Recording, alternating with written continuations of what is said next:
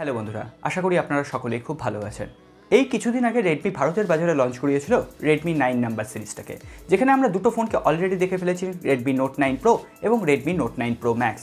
যদিও Redmi note 9 pro ম্যাক্সের বিক্রি এখনও শুরু হয়নি, এটা লকডাউনের জন্য কিছুটা বিক্রি পিছিয়ে গেছে এবং দামটাও কিন্তু অনেকটা বেড়ে গেছে ভারতবর্ষের বাজারে, যেহেতু জিএসটি বেড়ে গেছে 12 থেকে 18%। এখনও কিন্তু রেডমি 9 সিরিজে অনেক কটা ফোন পাওয়া বাকি।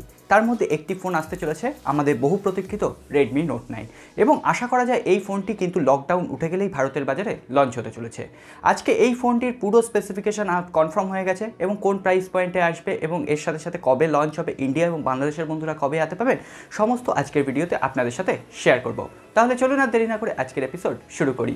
ভিডিওটা যদি ভালো লেগে থাকে অবশ্যই এটা লাইক করবেন, কমেন্ট করবেন, বন্ধুদের সাথে শেয়ার করবেন। আর আপনি যদি আমাদের নতুন বন্ধু হন, নিচে সাবস্ক্রাইব বাটনটি প্রেস করে বেল আইকনটা অবশ্যই প্রেস করে দেবেন, যাতে নেক্সট কোনো এপিসোড আপনার মিস না হয়ে যায়। আসুন আজকের ভিডিও শুরু করি। প্রথমেই বলে দিই, রেডমি নোট 9 কিন্তু ভারতের বাজারে সব থেকে চিপেস্ট 5G বা সব থেকে সস্তায় কিন্তু 5G স্মার্টফোন হতে চলেছে রেডমির তরফ থেকে। এবং রেডমির এই ফোনটিকে কম্পিট করার জন্য রিয়েলমিও কিন্তু একটা এই প্রাইস পয়েন্টেই 5G ফোন আনতে চলেছে, যদিও ওই ফোনটি এখনও স্পেসিফিকেশন কনফার্ম হয়নি। আমি ওই ফোনটি সম্পর্কে কিছু জানতে পারলে অবশ্যই আপনাদের সাথে শেয়ার করব। প্রথমেই আমরা এই ফোনটির ডিসপ্লে, ডিজাইন ও বিল্ড কোয়ালিটি নিয়ে কথা বলবো। ফোনটিতে থাকবে 6.57 inch full HD plus full view একটি আইপিএস প্যানেলের ডিসপ্লে, এবং এখানে একটি 5 হোল ডিসপ্লে দেওয়া হবে এবং 5 হোলের ভেতরে আপনার থাকবে ডুয়েল সেলফি ক্যামেরা নিয়ে আমরা একটু পরে কথা বলছি। এছাড়াও ডিসপ্লেতে থাকবে কর্নিং গরিলা গ্লাস 5 এর প্রোটেকশন। ডিসপ্লেতে কোনো রকম হায়ার রিফ্রেশ রেট ইউজ করা হয়নি এবারও। এরপরে যদি আমরা ব্যাক প্যানেলে খেয়াল করি, তাহলে গ্লাস বডি ডিজাইন থাকছে এবং রেডমির কাছ থেকে আমরা এটাই আশা করি, যে প্রাইস পয়েন্টেই ফোন দিক না কেন 10,000-এর উপরে গেলেই আমরা কিন্তু গ্লাস বডি সেখানে পেয়ে থাকি। এর জন্য অবশ্যই রেডমিকে একটা বাহুবা দিতে হয়। এরপর যে ফ্রেমটা তৈরি হবে সেটা কিন্তু পলিকার্বনেটেরই। এখানে গ্লাস বডিতেও আপনি কিন্তু কর্নিং গরিলা গ্লাস 5 এর প্রোটেকশন পেয়ে যাবেন। এবং রেডমি নোট 9 প্রো এবং নোট 9 প্রো ম্যাক্সে আপনি যে ধরনের কালার ভ্যারিয়েন্ট অ্যাভেলেবেল পেয়েছিলেন, সেই ধরনের কালার ভ্যারিয়েন্ট এখানে অ্যাভেলেবেল পেয়ে যাবেন সিঙ্গেল কালার টোনের সাথে। এখানে সাদা, কালো, হালকা গ্রিনিশ কালারের ভ্যারিয়েন্টগুলো অ্যাভেলেবেল থাকছে। এছাড়াও এই ফোনটিতে থাকছে flash proof design, triple card slot, অর্থাৎ দুটো সিম এবং একটি micro SD card at a time এখানে ইউজ করতে পারবেন। এরপর আমরা আসি ফোনটির পারফরমেন্সে।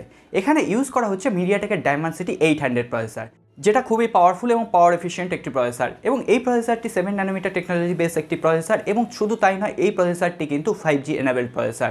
এবং এই প্রাইস পয়েন্টে রেডমি আপনাকে 5G প্রসেসর প্রোভাইড করছে, এটা কিন্তু একটা প্রশংসার জন্য যথেষ্ট। এখানে বলে দিই, এই প্রসেসরটি কিন্তু কোয়ালকম স্ন্যাপড্রাগন 720 বা 730G এর থেকেও মোটামুটি একটু ওপরের দিকে থাকছে বেঞ্চমার্কের দিক থেকে।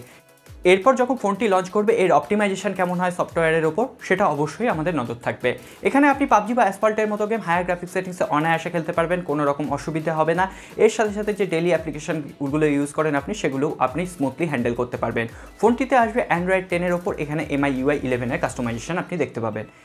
এছাড়াও ফোনটিতে থাকছে UFS 2.1 স্টোরেজ টাইপের সাথে সাথে DDR4X RAM, ফলে আপনি এখানে রিড অ্যান্ড রাইট স্পিডের ওপরেও কিন্তু একটা আলাদা বুস্ট আপ পেয়ে যাবেন ফোনটির ক্ষেত্রে।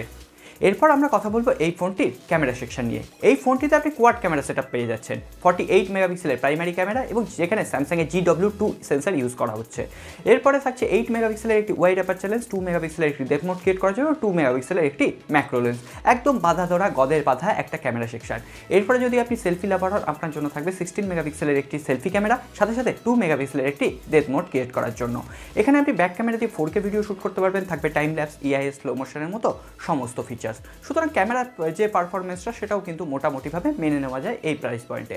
এরপর যদি আমরা ব্যাটারি সেকশন নিয়ে কথা বলি, ফোনটিতে থাকছে 4000 mAh এর ব্যাটারি, সাথে সাথে 18 ওয়াটের ফাস্ট চার্জ সাপোর্ট এবং USB Type-C পোর্ট। এখানে কিন্তু আমার যথেষ্ট অভিযোগ রয়েছে, কারণ আমরা যখন রেডমি নোট 9 প্রো এবং রেডমি নোট 9 প্রো ম্যাক্সকে দেখলাম, তখন সেখানে আমরা 5000 mAh ব্যাটারি পেয়েছিলাম, এবং এখানে এই ব্যাটারিটাকে কমিয়ে দেওয়া হয়েছে 4000 mAh ব্যাটারি, যেটা আজকের দিনে দাঁড়িয়ে আমার একটু উইক বলে মনে হচ্ছে। এবং সাথে সাথে 18 ওয়াটের ফাস্ট চার্জ সাপোর্ট থাকছে, এটাকেও অন্তত বাড়িয়ে 22 ওয়াটের ফাস্ট চার্জ একটা দেওয়ার উচিত ছিল।